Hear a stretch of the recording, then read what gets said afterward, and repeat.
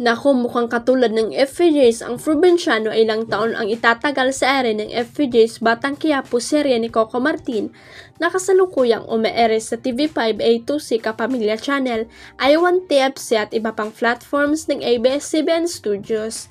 Chika nga kasi ng Kapamilya, nakatakdang sumabog ang mga revelasyon sa FVJs Batang Quiapo dahil sa mga pagbabagong mangyari sa buhay ni Tanggol o Coco Martin sa serye na ipinagdiwang ang ika-500 na episode noong Webes, January 16. Nabalot man ng hinagpis ang puso ni Tanggol matapos malaman na hindi si Rigor John Estrada ang tatay niya. Desidido na siyang hanapin ang totoo niyang ama para tuluyang alamin ang tunay niyang pagkatao. Isang malaking gulo naman ang nagbabadya kasi hindi magiging madali para kay Tanggol na mag-move, kaya maghihiganti pa siya kay Rigor para sa lahat na pagmamaltrato na ginawa nito sa kanya.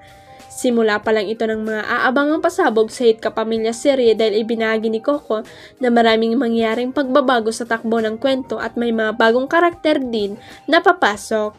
Sabi nga ni Coco sa isang interview, ginalaw ko na yung bawat karakter. Ito na ang lahat ng revelation ko kasi may papasok na mga bagong karakter at panibagong kwento.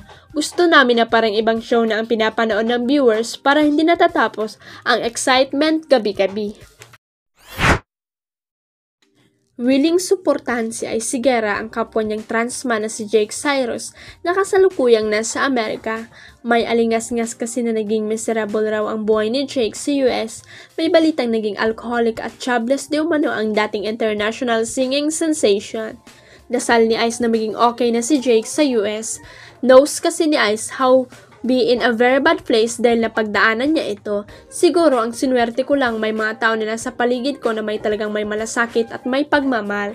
So ako, that's my wish for him na he will find his wife na who will support him, love him, and will show him love and acceptance. Yon. Kasi I think that's very important for a person yung no matter who you are, no matter what you do, alam ko na okay lang mag-fall ka because alam mong may sasalo sa'yo. And I got so lucky, so I hope he has that. Payag ni Ice. Eksklusibong nakausap ng Rimate si Ice sa medyo ko ng Love Sessionista concert sa The Theater at Soleil on February 8, Saturday. Huwag kalimutang i-click ang subscribe button at i-ring ang notification bell para sa latest at legit chika updates.